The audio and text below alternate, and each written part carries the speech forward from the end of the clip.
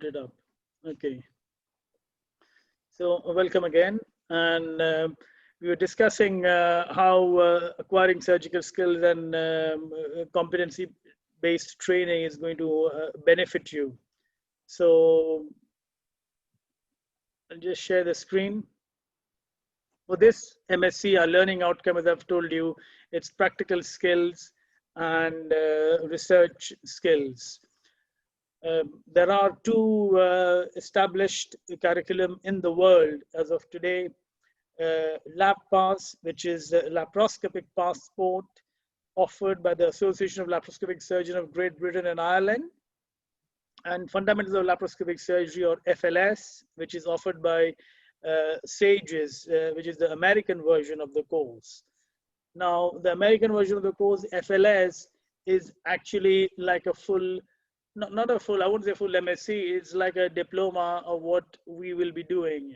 So it takes 6 months to a year to complete FLS. It has a theory and a practical skills component, whereas the laparoscopic passport has only practical skills. And I can't see your screen. I'm not sure if you're sharing it. Okay.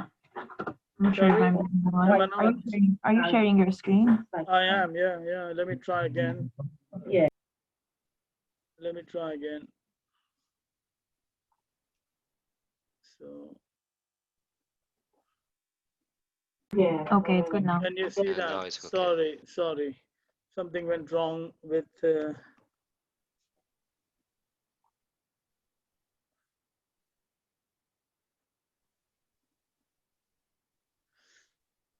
Yeah, so.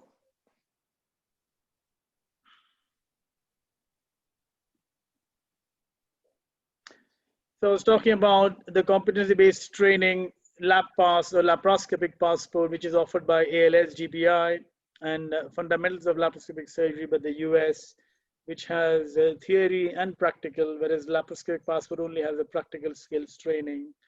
And if you look at the exercise, these were not developed together. FLS was developed more than 15 years ago. It was launched in 2004 or so, whereas laparoscopic passport was developed in 2015, wide apart by two different organizations. Both courses were validated, been published, and has shown to improve training and performance in operating theater. The FLS is now integrated as a compulsory bit of laparoscopic training in USA for trainees as well as consultants for recertification or revalidation. They have sort of every 5-year, 10-year revalidation. And even as a practicing laparoscopic surgeon, you have to practice in a box trainer. You may be experienced, but you have to sort of get FLS certified every 5 years or 10 years doing the exercise. And the 4 exercises are exactly the same. It's slightly different in terms of the model that is used. So this one is pec transfer, which is same as what we use for polo. Over here is putting extracorporeal Roder's knot into loop on a stump of an appendix. So this is what it's simulated using a glove. This is cutting a circular pattern, which is what we do over here, cutting a circular pattern. And intracorporeal suturing, which is what is done over here. So they both have slightly different metrics for measuring how you perform in terms of your surgical skills. So that was just to show you a bit about that.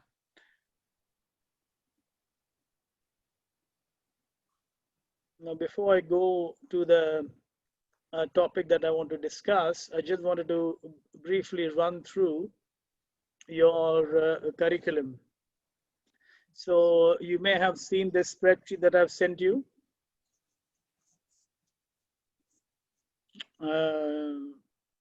This is in a spreadsheet. You will look at the bottom tabs. I have given you sort of practical skills training. This is problem-based learning. It's called PBL webinar, or this is sort of the theory teaching that goes alongside each module. The third tab is about research method and the topics that we are going to cover in the research method module. The research method module for you, it will start in year 2. So next year at this time, we'll be talking about research method. However, I think a lot of the topics are going to be available for you online to see on QM+. Now, it may be that you don't have access to QM+ because, as I said, the university is still struggling with coping with all the application, enrollment and everything else. But if once you get your university email address and log in, you will be able to go on QM+. So if you just enter or search for QM+ on Google, it'll take you onto the login page. Once you get your login, you enter the Queen Mary e-learning platform, and you may land on a different page, different looking page, but you can customize your home page. You will see the sort of full-time on-site timetable or part-time distant learning. So you guys are part-time distant learning timetable. But what I've done this year is all the modules which are there, because your teaching is similar, most of the modules are similar, they're not identical. You will see I have made a shortcut. So these 4 square you see over here in the top right corner of my screen, these 4 square are shortcut. If I click on that, it'll just bring me to my shortcut page where I can pin the module. You can see I've pinned the modules. So these are all your modules which are there. And if there is something specific to distant learning, it'll be specified over there. Let's go into the first module, which is your laparoscopy skills. So you'll find a short module description, aims and objective, and the theory topic that we are going to be covering. You got the practical skills. So once you get your box trainer, you will all receive your personalized box trainer with instruments and models. Some of the models are included, and some of the models are very simple DIY homemade things that you'll be using for practicing, and I'll tell you about that.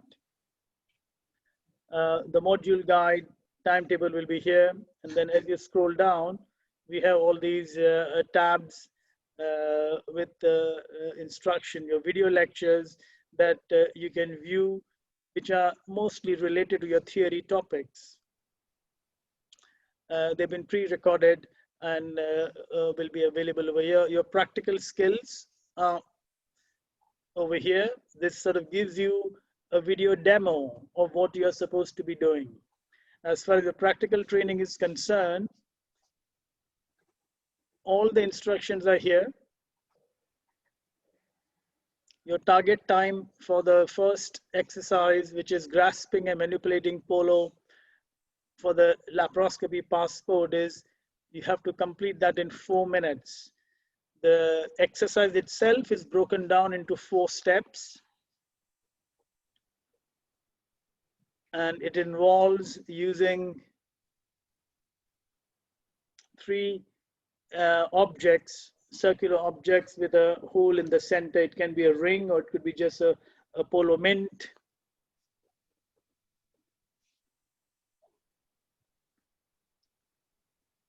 And the main aim is to develop your hand-eye coordination, depth perception, bimanual skills, and instrument handling. So for the polo transfer task, it's 4 minutes.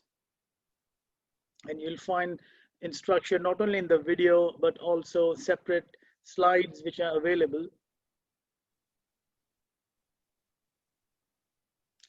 So the first step is using your left hand. You pick up a polo. So you start with your left hand and transfer from the floor to the base. Now you will get a plastic model with 3 pegs in your box, but you can see you can very easily improvise and use a sponge with 3 sticks and 3 polo. The key thing over here is instrument handling.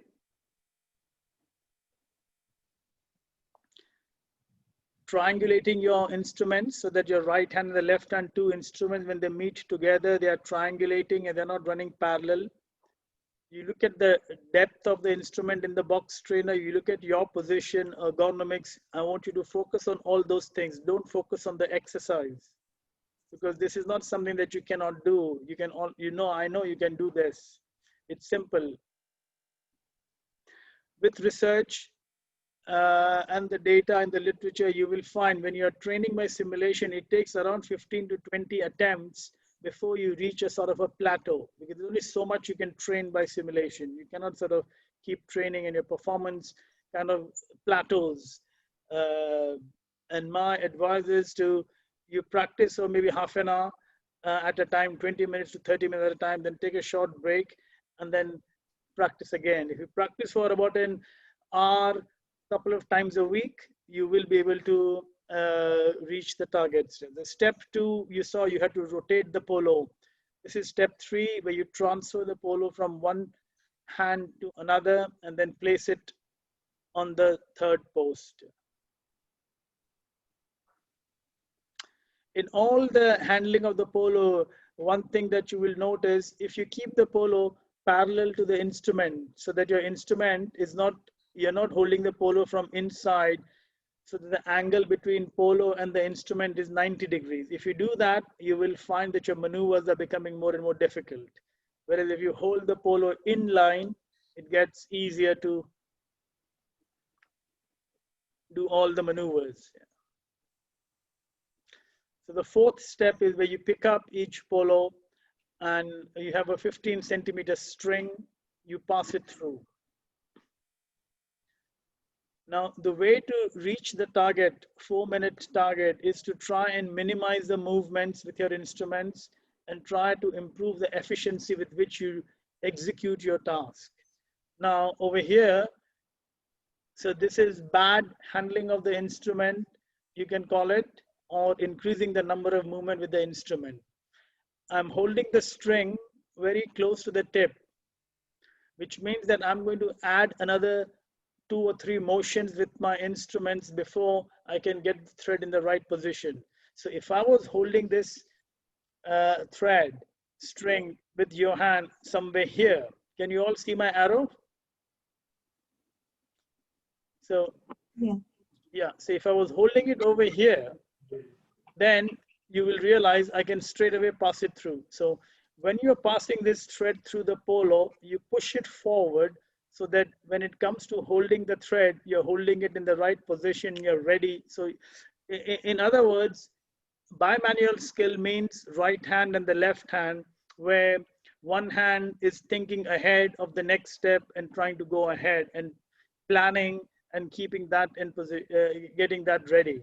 So if you do that, that's how you would sort of speed up your time. So it's not just about doing the exercise and transferring the polos. It's about how do you economize with your motions, movements, and reduce the path length of a surgical instrument. So the efficiency, the performance is usually measured in terms of time, path length, and number of movements with your instruments. So you will see that I had to drop that, pick it up. So this is sort of increasing the time.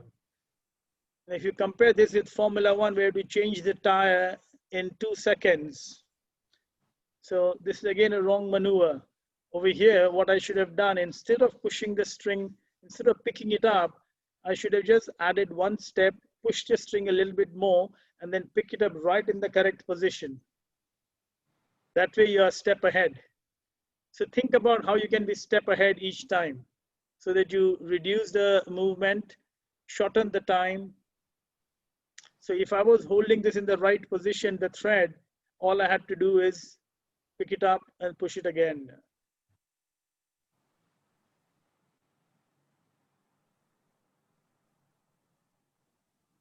So you see how you can add, not that it makes any difference in terms of doing the exercise, you can do it, but this is about how you sort of become more artistic in your surgery, how you do things properly.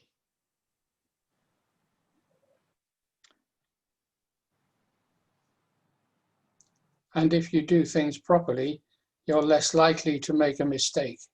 Correct, right. So this is an exercise about circular pattern cutting. So what I want you to do with these two exercises, apart from the model that you get with the box trainer, I want you to sort of design your own model so that it's slightly different, it feels different, the handling is different. The example with this pattern cutting exercise is you will get one single rubber pad for cutting, but once you use that, it's done. So what I like you to do is buy a box of non-sterile glove or pick it up from the hospital gloves and draw a 5 centimeter circle. And after that, okay, let me just pause. So this dark line is a 5 centimeter circle, and the dotted line inside and outside that circle is 5 millimeter apart. So all these instructions are there for you to follow. It's on QM Plus. The idea is that you cut only the superficial or the upper layer of the glove. If you cut the under the second layer or the back side, that's a penalty. I forgot to mention in the polo exercise, you saw the video, if you drop the polo, it goes back to step number 1. So just bear that in mind. These are not just a time-based exercise that you try and finish it somehow, but there are penalties and errors that we'll be measuring. So for the polo, if you drop it, you go back to the start. So while you're passing the string in step 4, if you happen to drop the polo, it goes back to step 1. Similarly, with hang on, I lost the screen, I think.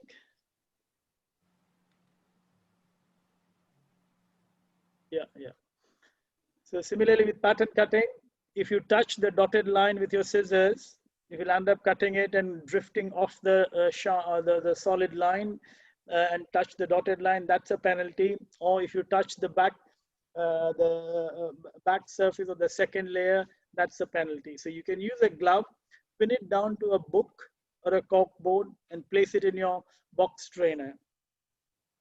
Or you can use gauze, you know, standard 4x4 white surgical gauze.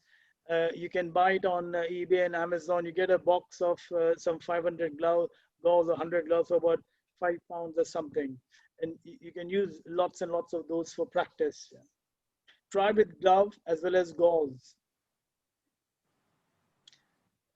And you can go clockwise or you can go anti-clockwise, whichever way you feel fit as you go through cutting the solid line. So I'll just speed up.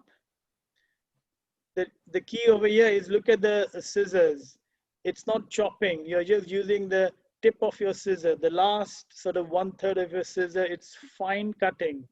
So make sure you don't go around chopping, but use this exercise as a sort of a fine cutting exercise, gently nibbling your way through. There's no operation where you chop things other than when you're cutting the suture material or cutting a stump or something. Yeah, most your scissors when you use in practice is for sort of fine trimming, cutting, dissection, or something of that sort.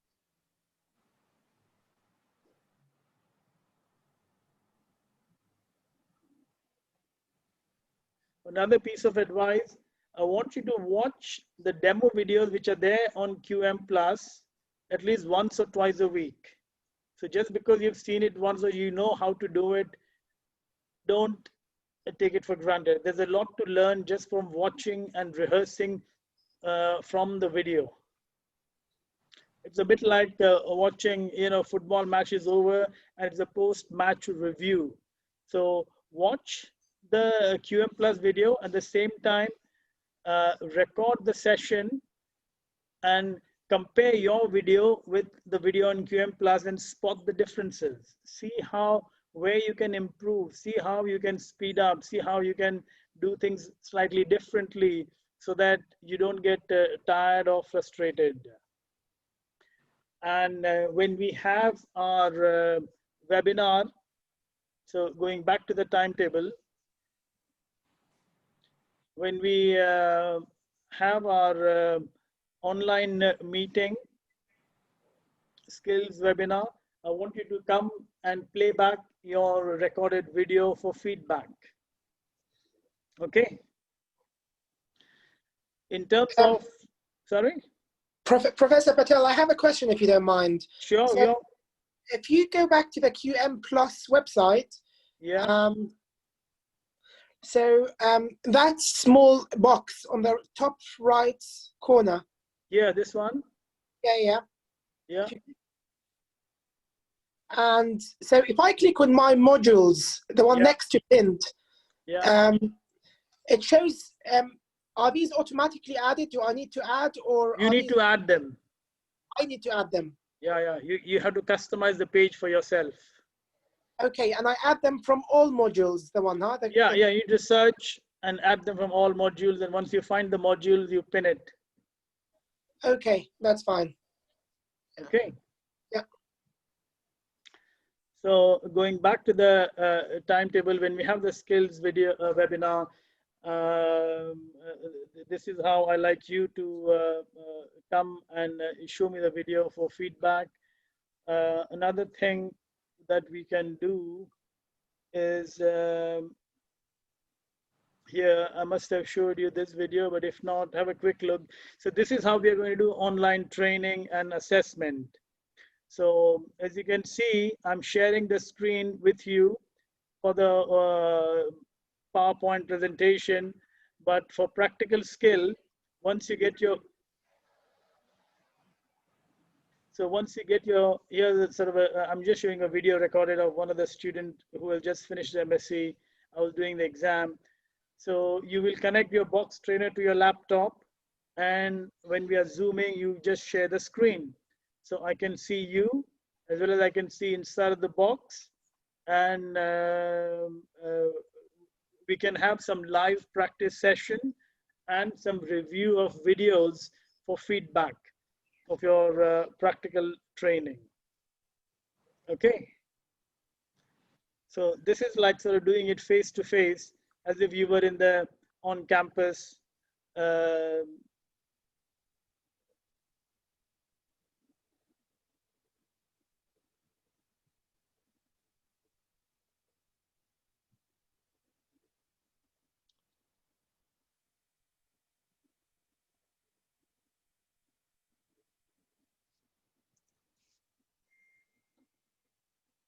Jen, you're sort of muted. No, I was not talking, sorry. You're not talking, okay. I just wanted to show them the box that they will be getting. Yes. So this is how you will get your box from Innovus with all these instruments and some practice models, and some of the practice models which are not, not going to be more than 5 or 10 pounds. Either you buy it yourself or pick it up from the hospital. Things like gauze, gloves, a little sponge, things that you can easily improvise for the 4 tasks that we have to train on. Okay, so this is how you would be doing video or live feedback.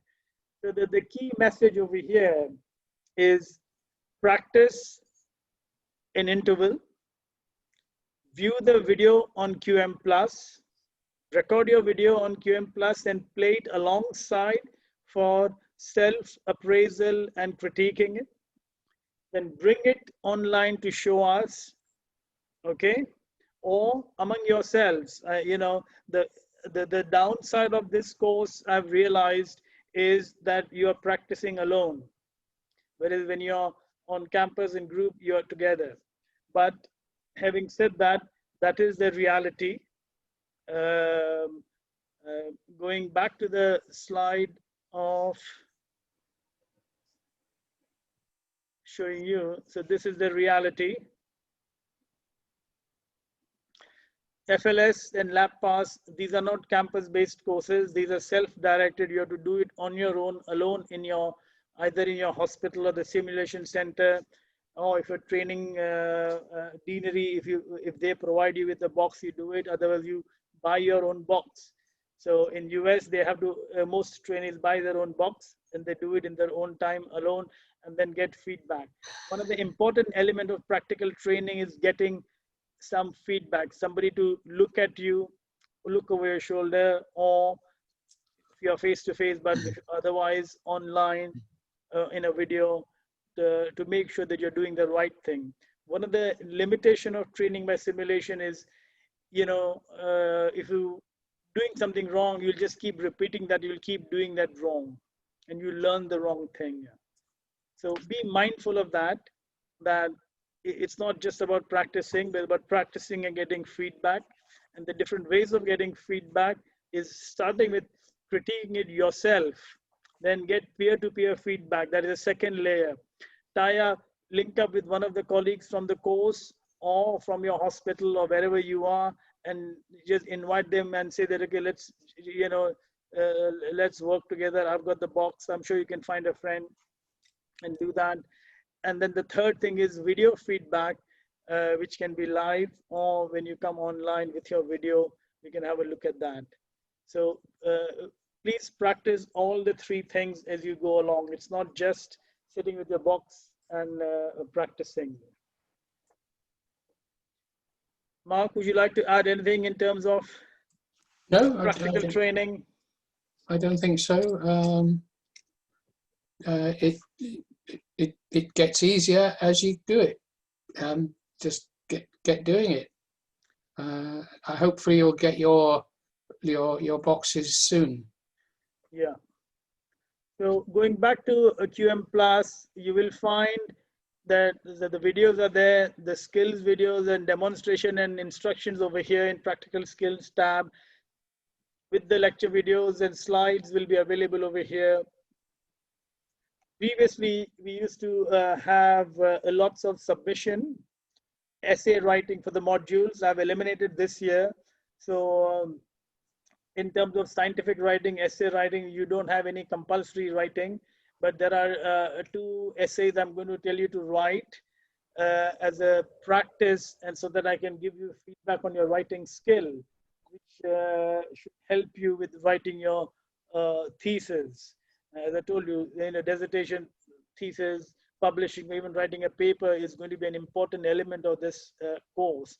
So in university, we decided that rather than getting you to write an essay on a topic, the theory topic that you're going to, that are covered in the MSc, we expect you to research, study those topics with the available, watch the video presentation on QM Plus, look at the reading material and do your own search and update your knowledge on those topics. What you will have for each module is practical skill assessment. So going back to this learning outcome, you will see that in this module, you have 3 tasks: polo, pattern cutting, and handling a laparoscopic needle. This third task is so that you get ready by the time you finish this module to start laparoscopic suturing. We have given instruction on a couple of other tasks, passing a string through a zigzag loop. You can make your own little practice model, or stacking. There are lots of simple basic exercises which are all meant for developing your hand-eye coordination, depth perception, and instrument handling skill. So feel free to practice any exercise you like, but in terms of your exams and assessment, it will be as per the module guide and QM Plus. So your exam will be based on task 1, 2, and 3, and not on the optional task. That is just for your benefit. Here's an example of stacking sugar cubes.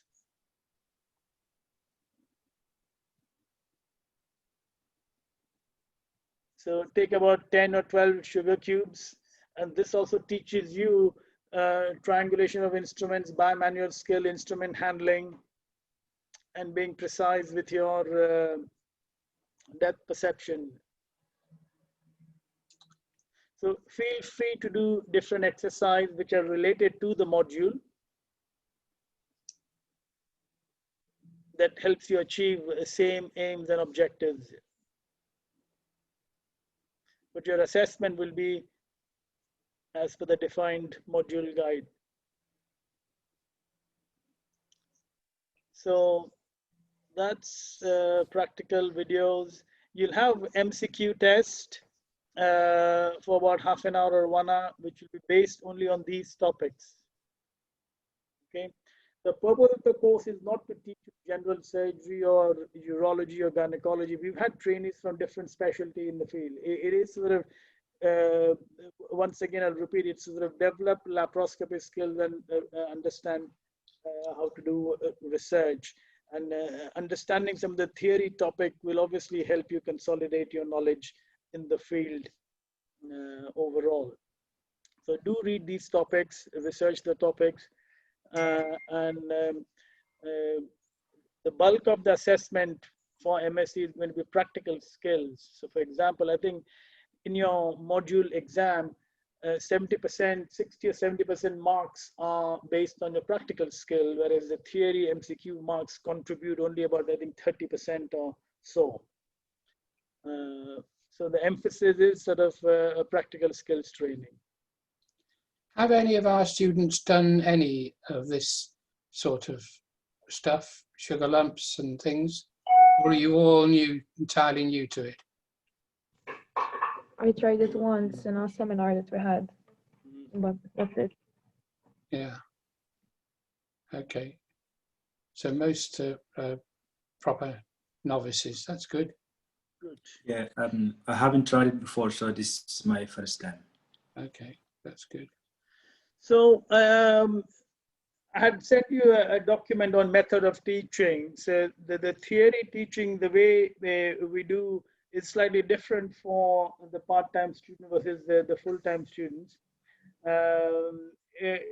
In your sort of timetable, when we have the webinar, I want to focus more on the practical feedback and training, but we can have some interesting topics for discussion or journal clubs when we're doing the research method teaching, etc. But the theory side of it is self-directed learning. And we won't be taking individual lectures online for you. So what is available on QM Plus, you view that, you read that, and you'll have your MCQ assessment based on that. Yeah. Did you say journal club, Bijan? Well, there are journal clubs. Yeah, we'll have journal clubs when we do research method teaching, or we can have some additional sessions as well based on the interest and suggestions from you guys. Okay. So let me quickly share the screen again and go back to the timetable. So you'll see over here, September until November, we'll do lap skill. In December, we'll start with laparoscopic suturing, which is divided into two, suturing 1 and suturing 2. Suturing 1 has 4 tasks. It's all extracorporeal knot tying, and suturing 2 is just intracorporeal knot tying in open box as well. The next 2 modules, cholecystectomy and the bowel anastomosis, are going to be different for the full-time students and for the distant learning students. And that will be reflected on QM Plus and in your module guide. I won't go into details of that. So these are the 2 modules which are going to be replaced by the gynecology modules as well for those interested. So between now and your first semester, which will end in January, you will have your exam or assessment on lap skill and lap suture 1.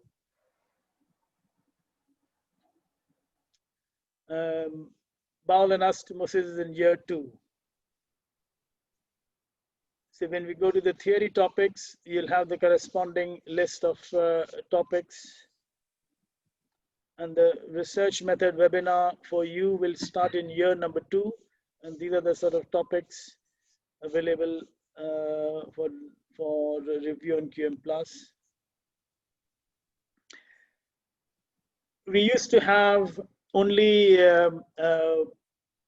once every 2 weeks online contact for the distant learning students. I've increased that from once every 2 weeks to once a week, where actually the Friday session, which is going to be with me, followed by another tutor on a Thursday evening, because I know a lot of you are working, and the purpose of this course is so that you can take it and do it alongside your training, alongside your work. So you don't need to take study leave, annual leave, but try and do it alongside your work. So some of the discussions or the live video feedback can be done either during Friday afternoon session or a Thursday evening session for you. So it'll almost be every week. So if you miss one, don't worry, you can always catch up. This just shows you your exam and the timeline.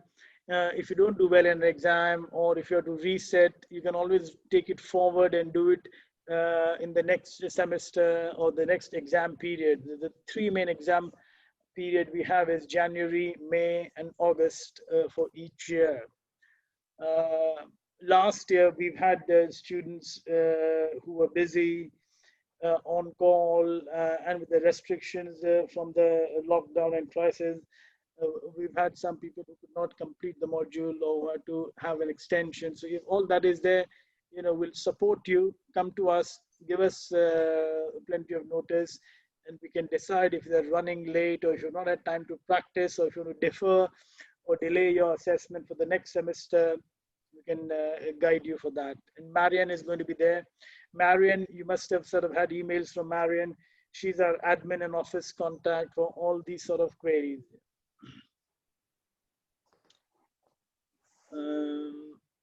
So that's sort of the timetable for year one, and that's the timetable for year two. You can start your thesis as soon as possible. You can spread it over 2 years, but for the purpose of a university and delivery of the course, it is timetabled for year two. But this does not stop you if you are experienced, or if you have some project, or if you're working on something and you want to sort of allocate more time. You can come to me early on, and we can discuss that, and you can start doing things early. That way you get more data, a much more robust proposal and a project, and the better chance of getting publication and presentation, or more than one presentation or publication out of it if you spend doing 2 years research. In 2 years, it's sort of almost equal to getting an MD. And research is something that you can do alongside, take advantage of the time that you have now allocated to this course. So in terms of area of research, subject of research, topic of research, there's no limit. You can choose whatever you like, what you like in any field. Does not have to be laparoscopic surgery or general surgery or basic science or anything. What is usually possible and feasible as an online is a systematic reviews and meta-analysis. So, however, having said that, we've done national and surveys, pilot study, and combine that with a review or a small project, which are skills-based or simulation-based or technology-based. There are lots of things different things we can do. Finally, the full-time students get a lot more one-to-face online teaching. It is Tuesday morning from 9 o'clock to almost 2 o'clock or 3 o'clock, and then Friday morning again from 9 o'clock to 12 o'clock. And you're welcome to join any of the sessions anytime. You can dip in and out. It's all online and webinars and stuff like that. So, if you can come on next Tuesday between 11 and 12, just feel free to join in. Whoever this, if you don't know the tutor, if I'm not there, if somebody else is taking a lecture, just introduce yourself and join in. So you're more than welcome to join any of the sessions in year one, year two, or with the full-time students. Do they have this timetable, BJ? They all have this, isn't it? They all have this, and plus it'll be, as I said, available on QL Plus, the Wednesday it's also. So before I go any further, any questions? Anything that? Yes, how do you have access to the missed online lectures? Because most of us, I think, because myself, we're having, departmental teaching on Friday. Yeah, yeah. So yeah, everything will be there on QM Plus. All right. Okay. What I'm going to do is, I think the webinar we used to not previously record and make it available. But this year, if not all, I'll make sure that 80–90% of them are available for you and it's recorded. But as far as the MSc and the curriculum and the course content is concerned, in theory, if you miss all the webinars, it is still possible for you to sort of get all the information from what is there on QM Plus. But I think it's always interesting and better to sort of join into the webinars, or if not, very quickly review what has been discussed. Because there's always more that comes up in the discussion versus just sort of looking at a video lecture. Okay. And mostly around practical skills. I think the webinar videos are going to be useful for the practical skills. As I said, for theory topics, I'm not going to be discussing all the theory topics, and that is self-directed learning. But if any of you come to me and say that, okay, from this module, this topic, can we have a group discussion? Then we can pick up topics and we can have group discussion online. Any other comments? I have to go back because I only have an hour. Is there more, or is the session longer than an hour? I was about to round up very quickly, finish. If you've got another 5–10 minutes, the next bit was slightly interesting. So let me just show you what I was going to do. Is let me first share the screen. So on your mobile phone, just open your mobile phone and type in menti.com. MENTI, menti.com. Okay. So this is a short quiz. Once you go to menti.com, you'll be asked to put in a code. You'll see that on the screen. It is 6661631. Sorry, Professor, I have to go. Bye, thank you. Bye, bye, bye.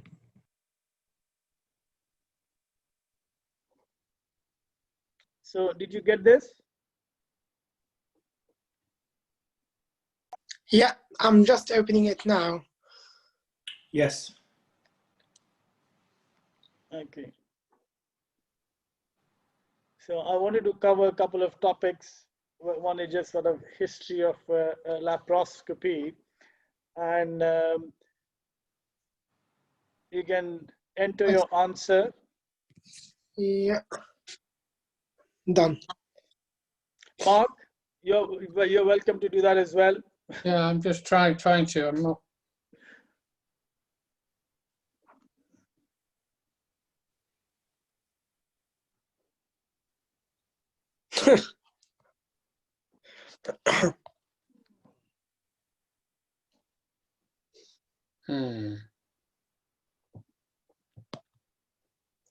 Nope. For some reason, menti.com.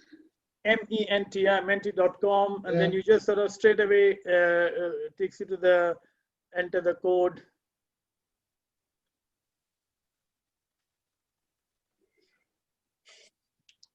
Nope.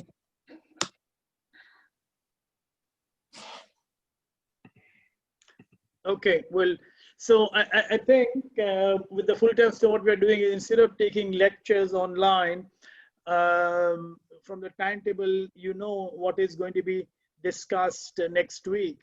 So or the following week, in which case we expect you to see the online video, see the slides, read up and come, and then take part in an online quiz.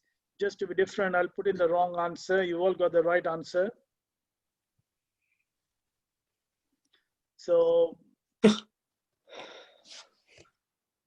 Gas conductor. it is not a gas conductor. The right answer is light.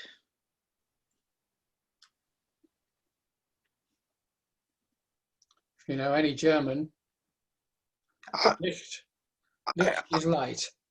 I can speak German, so. Sorry, this is stuck. I don't know why. Ornstein is a German name also. So. It is. My parents are from Vienna. Ah, nice. My mum is German, so. All right, there you are. Right. Okay. So, what did Philip Bolzani do in 1806? That's.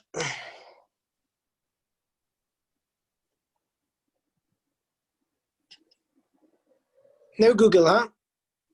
Don't do that. You get 30 seconds. So be quick. The faster you answer, the more points you get. Yeah. Interesting. A nice spread. Even Yeah. spread. That's better. And I'll show you the correct answer. It is all done. Okay. It's all of the above. He did everything.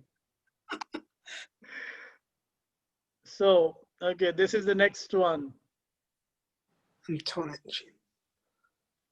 the first, use paraffin-lit endoscope for therapeutic endoscopy on a living patient. True or false? Hmm. Quick, you have to be quick. Come on, one more. See. I guessed it, so. The correct answer is true. Who performed the first laparoscopy in a dog?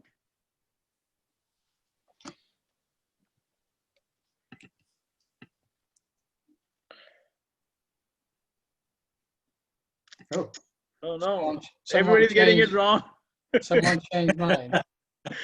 But the first laparoscopy was performed by Kelling.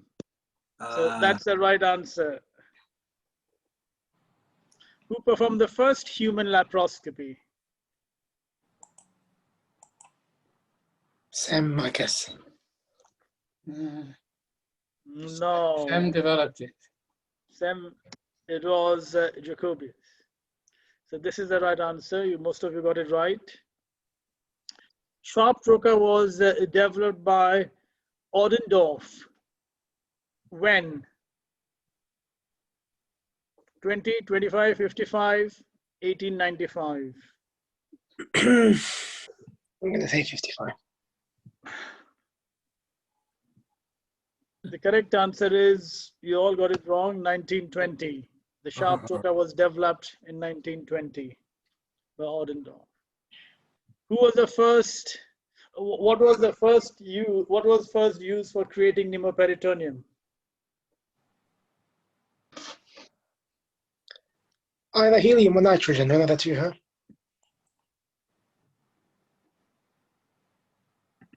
I'm going to say it. You have to say, don't worry, don't be, if you're wrong, it's okay. Make sure that you all please take part in this and answer. Wait, imagine decades ago, what was cheap and easily available was filtered air and oxygen. So it was filtered air and oxygen that was used for creating pneumoperitoneum. It was a few decades ago, Peter. Yeah, a few decades. Now, a patient exploded during laparoscopic surgery when in 1933, fevers in Germany used diathermy to cauterize and excise tissue. So the patient exploded in laparoscopic surgery. Come on, answer it, people. 3 people haven't decided. Okay, well, the answer is yes, because you're using oxygen. Oxygen is flammable, and if you're using diathermy and generating sparks, you will cause explosion. So the answer is true.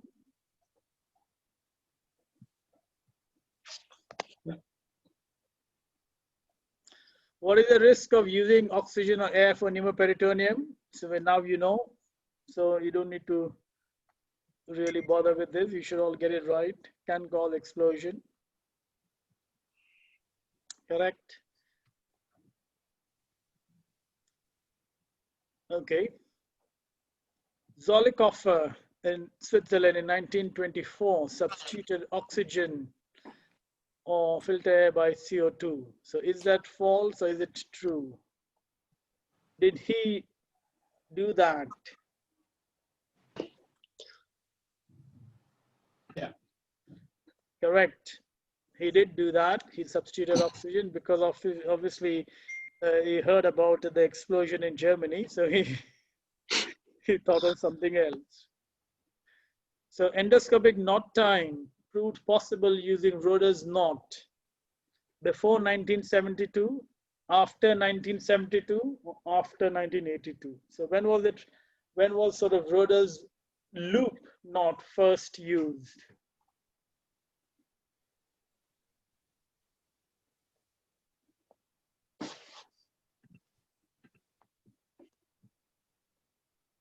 We're jumping around, aren't we? Jumping around, I know. We are all guessing.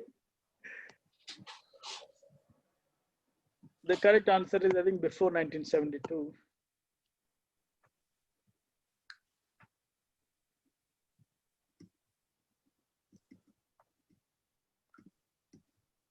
It is before 1972.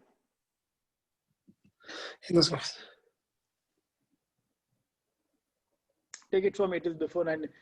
I think that this website is playing out. Okay, next one. Endoscopic suturing proved possible using laparoscopic needles and instruments or extracorporeal suturing techniques.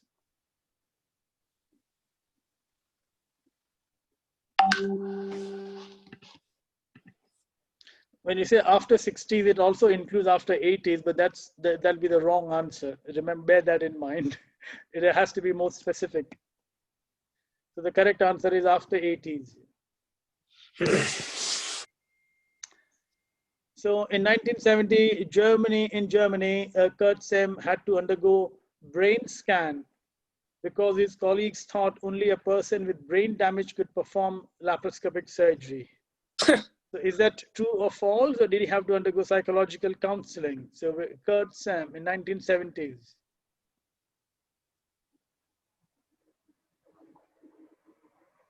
Come on. Let's see. Make your mind up. Well, it is true. It is true. He had to go brain surgery. So when was TV was invented by? Who invented television? And why is that relevant? Because without television, you would not have video endoscopy and laparoscopy. So I guess it's not going to be Sem. It's not Sam, no, because he was mentally not fit. Well, it is John Logie Baird. Okay. So in 1980, American Journal of Obs and Gynae indicated the laparoscopic appendicectomy was unethical.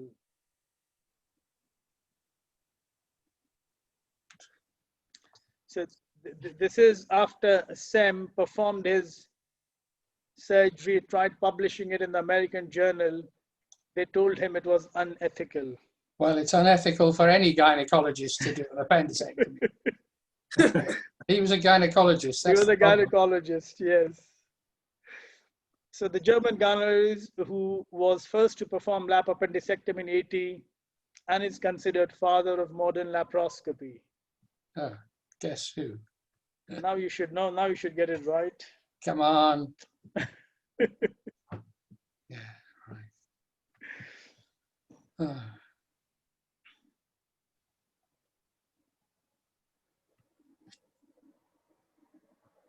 Well, correct answer is Kurt Sem. Sam. So he is the father of modern laparoscopy. First human cholecystectomy by German surgeon Eric, 1985. True, false?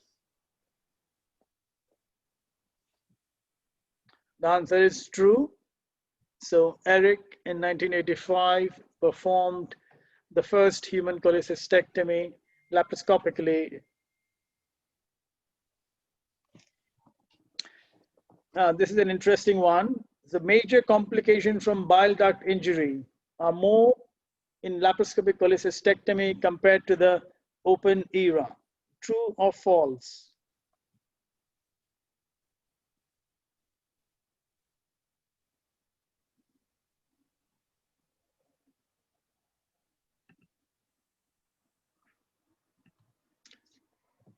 We've had only 4 votes, There you go. 5. I like one more.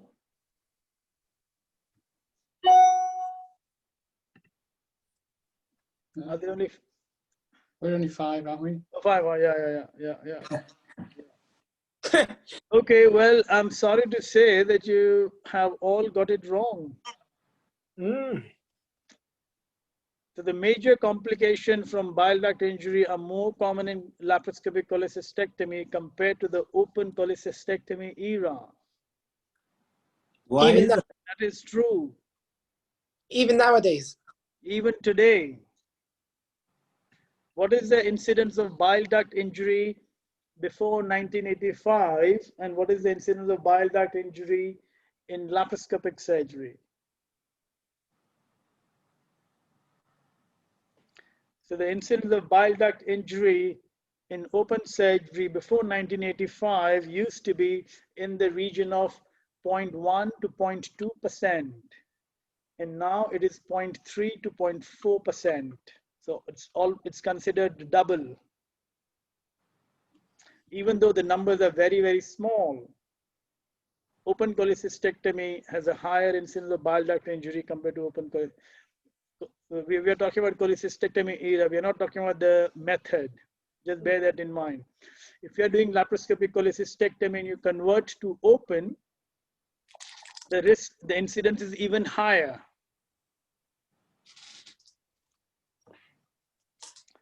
In 1978, Hassan introduced an alternative method of trocar placement, which permitted direct visualization of the trocar entrance into the peritoneal cavity.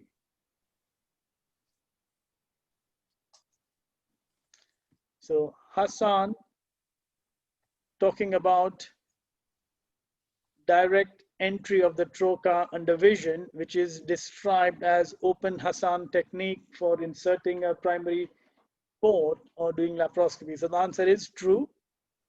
Yeah, and it is Hassan, isn't it? Beating? Yeah. No. And It going is on O. back to the bile duct injury, Yeah. it's a total from a clinical negligence point of view. It's a total no-no. If you injure a bile duct, you will be sued successfully. There is no defense to it in the UK. Which All over, yeah. I mean, I think in UK, US, Europe, there Probably is everywhere. there is no, defense. no. Doesn't matter how difficult or how strange the anatomy was. There are, if you do the operation obeying the rules, you will not injure a bile duct. It might mean that you're going to stop before you've got the gallbladder out. Would you not? Mean you're going to send the patient to a tertiary centre, a hepatobiliary centre. But the fact is that you should never damage the common bile duct or the common hepatic duct during a lap chole. Would you not, as a patient, sign a consent form saying that bile ducts might be injured by accident? Yeah, right. When you amputate a limb, you get a patient to sign a consent form that they're going to have their left leg amputated, and then you amputate the right one. No, that's, yeah. No, you can't give consent to a. Well, I think the answer is the consent forms are not valid in any court. No, well, I'm being, yeah, they have a value, but your consent form does not justify your complication. Yeah, Just first bear of that all- in mind. First of all, So in consent- other words, as a lawyer, they shred each and every consent form into small pieces, because when they start looking at what did you consent, how did you consent, what did you do, how did you do, what happened, your consent form actually has zero value. Yeah. Mm. You So- think you've consented somebody for some complication, but then you go along to show that you have been incompetent in managing the patient, which is what the lawyers are going to prove. Yeah. They're not going to bother about your consent. Right. First of all, consent is not signing a form. Consent is a procedure. You discuss it with the patient, you explain the pros and the cons. And one of the options is always to do nothing. And the patient has to realize that. And then the Giving all the patient, choice, giving them all the options. yeah, and So then, a lawyer in any corner of the world will shred you to pieces just on the consent. yeah, you can't give The consent. way we consent, the way we all consent the patient, they'll just tear you to bits. Mm, mm. Interesting. That's interesting, actually. You know, and but as far as, forget about whether you've consented or not consented, the cases are won and lost because it is very easy to prove when something goes wrong, why did it go wrong and what could have been done differently. Mm. Okay, so, and specifically with bile duct injury and cholecystectomy, now it is well established globally that no matter what, if an injury has occurred, the patient gets no win, no fee, 100%. Yeah, yeah. That's the world we live in. That is the reality. Yeah. So consenting does not protect you. The consenting is for the patient's benefit, an opportunity for a doctor to sit and explain and discuss, make them understand and show them the different options available for their presenting complaint. That is consent. Yeah, what they won't be able to sue you for is a bile from the gallbladder bed. If a patient gets a post-operative bile collection and is dealt with properly with an ultrasound and aspiration and what have you, maybe a stent, that you won't get, you can't be sued for that. That's the sort of thing. You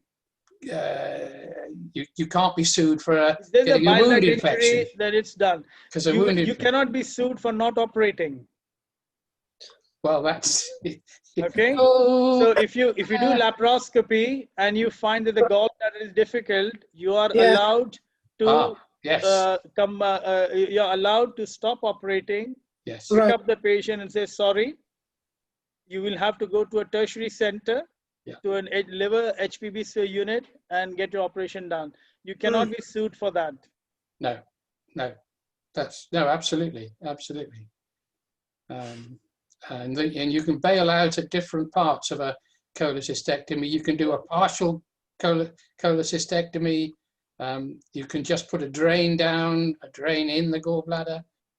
There are lots of options. You have to show what you've done to prevent the injury. It's not that the injury has occurred. You will have to show what did you do.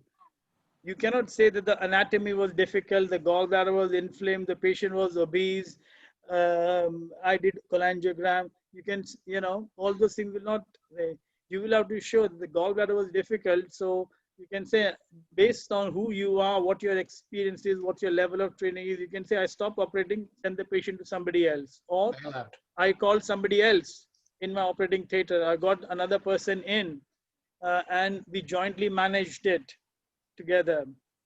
Or we did that. So you'll have to show over and above your normal practice, what did you do to save yourself? Yeah. Or the patient rather, not yourself. Well, that saves you too. Yeah. Yeah, that's really interesting. Thank you so much for that. That's cool. Okay. Yeah. Well, I think we'll finish off our session today. Yeah. And hopefully we'll get everything organized. You'll have your boxes with you in due course. Okay. Perfect.